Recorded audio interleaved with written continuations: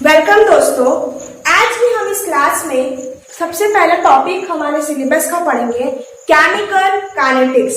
Chemical kinetics के नाम से समझ आता है ये ऐसा केमिकल काइनेटिक्स का मतलब होता है ये एक ऐसा ब्रांच होता है।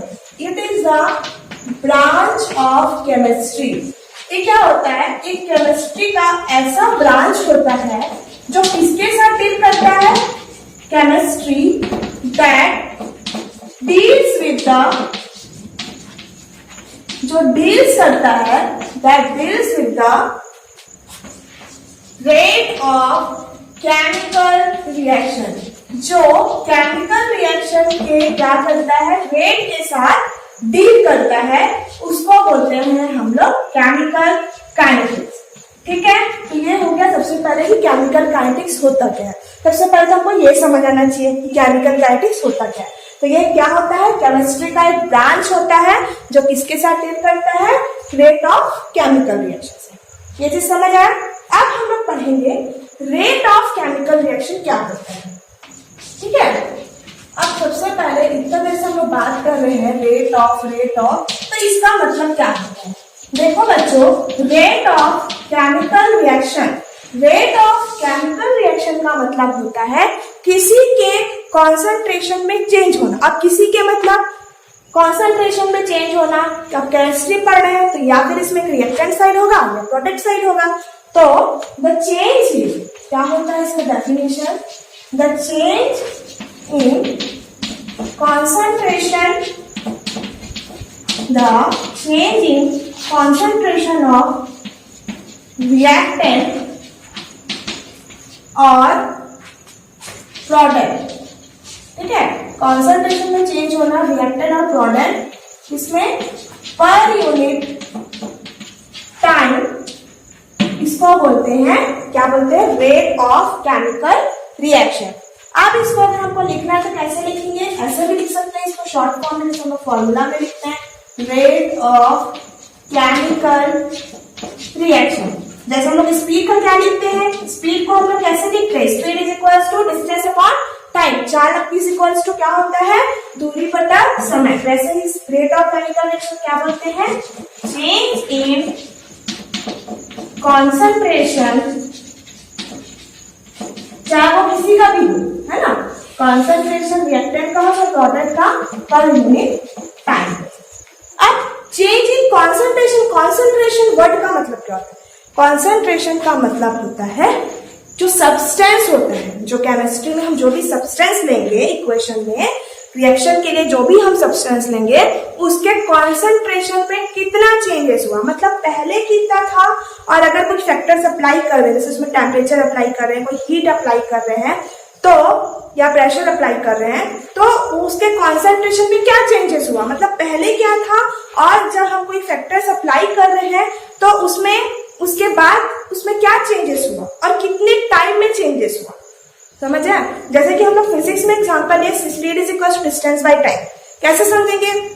जैसे कि मैं अभी यहाँ पे खड़ी हूँ और कुछ देर के बाद समझ लो मैं कहीं और चले गई, तो मेरा डिस्टेंस क्या हो? चेंज होगा ना। अभी मैं यहाँ थी और कुछ टाइम के बाद मैं कहीं और चली, तो हम लोग क्या देखेंगे कि मैं जहां पे पहुंची और पहले जहां थी दोनों के बीच में कितना डिस्टेंस है और कितना टाइम लगा मेरे को वहां जाने में। तो वही चीज हम लोग केमिस्ट्री में भी डील करते स्टूडेंट कि कॉन्सेंट्रेशन में कितना चेंजेस हुआ। मतलब पहले कॉन्सेंट्रेशन कितना था और कुछ टाइम के बाद जो कॉन्सेंट्रेशन सब्सटेंस का वो कितना हो गया, उसको हम लोग पढ़ते हैं, उसको और बोलते हैं rate of chemical reaction. Chemical reaction के रेट में चेंजेस होना मतलब स्पीड में चेंजेस होना, जब हम लोग कोई भी फैक्टर्स अप्लाई करेंगे तो या रिएक्टेंट के साइड या प्रोडक्ट के साइड उसके कॉन्सेंट्रेशन में चेंजेस होगा। कोई भी जो सब्सटेंस रहेंगे रिएक्टेंट साइड या प्रोडक्ट साइड में, तो दोनों के कॉन्सेंट्रेशन में क्या होगा? चेंज होगा कुछ टाइम के लिए, टाइम फिर ये चेंज होगा, तो उसको बोलते हैं रेट ऑफ केमिकल रिएक्शन। समझ आया दोस्तों? जैसे आपको अब हम लोग पढ़ रहे हैं रिएक्टेंट और प्रोडक्ट। सबसे पहले स्टूडेंट ये समझ होना चाहिए कि रिएक्टेंट और प्रोडक्ट किसको बोलते हैं। ठीक है, तो मैं आपको इसको एग्जांपल से लेके समझाऊंगी हूँ कि रिएक्टेंट और प्रोडक्ट किसको बोलते हैं। ठीक है, तो सबसे पहला टॉपिक हम लोग मतलब इसमें पढ़ेंगे, जो एग्जांपल से मैं समझा रही हूँ कि कि रिएक्टेंट और प्रोडक्ट किसको बोलते हैं। एग्जाम्पल, जैसे कि मैं एग्जाम्पल ले ली, A plus B gives C plus D, ठीक है। ये हमारा एक इक्वेशन है ना, इक्वेशन एक रिएक्शन है। तो इस रिएक्शन में जो इस साइड होता है इसको क्या बोलते हैं, कौन सा साइड बोलते हैं, हमारा लेफ्ट साइड। ये हाथ है हमारा, तो ये लेफ्ट साइड हुआ, तो लेफ्ट साइड को बोलते हैं रिएक्ट, मतलब ये दोनों रिएक्ट हो रहे हैं पहले, ठीक है। तो कोई भी सब्सटेंस हो सकता है, हमने भी A प्लस बी लिया, तो दोनों क्या हुआ, एक दूसरे के साथ रिएक्ट हुआ, और ये जो दिया हमको, ये दोनों रिएक्ट होकर एक नया प्रोडक्ट फॉर्म हुआ।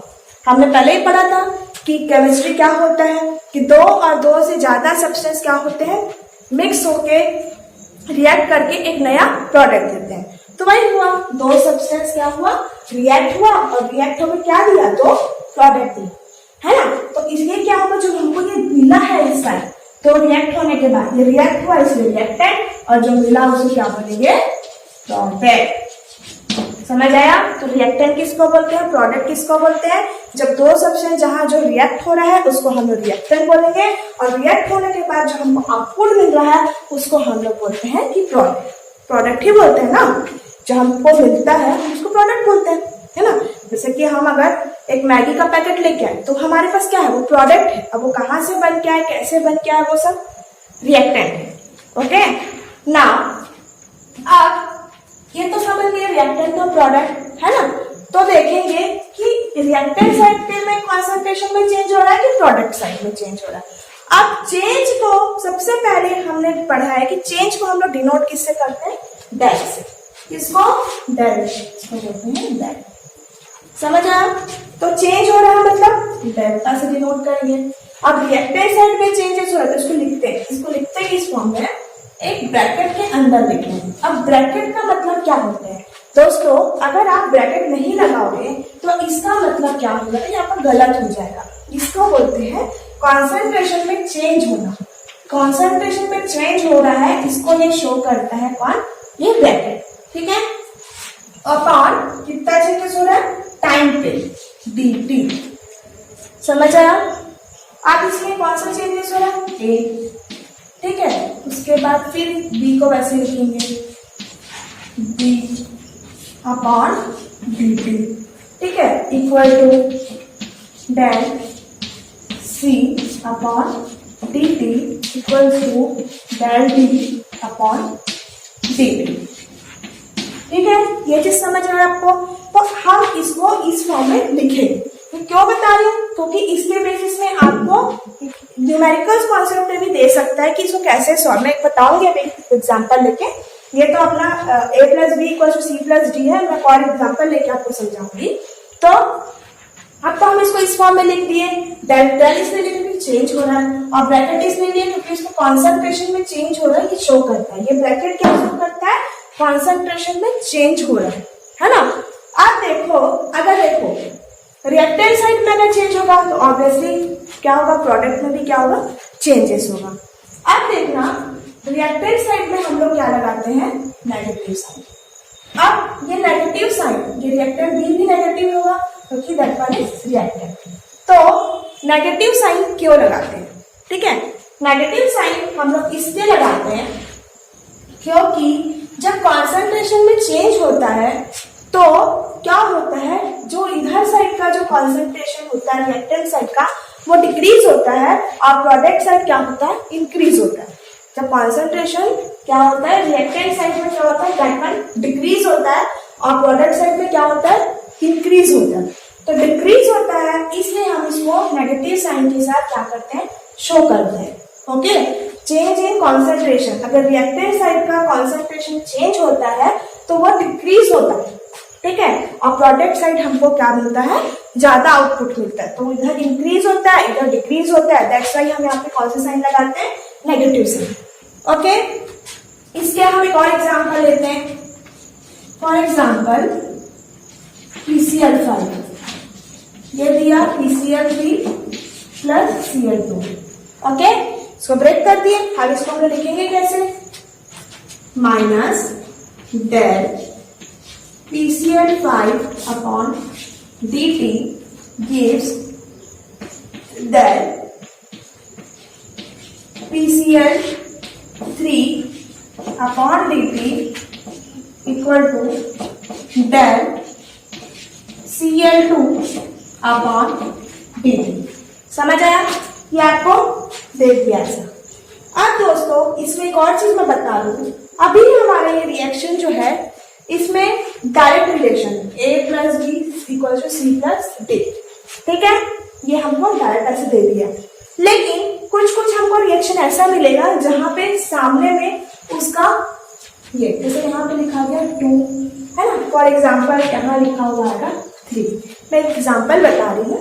तो क्या करेंगे, ऐसा रिएक्शन में हम लोग इसको इस फॉर्म में नहीं लिख सकते, ठीक है, इस फॉर्म में क्या करेंगे हम लोग नहीं लिख सकते।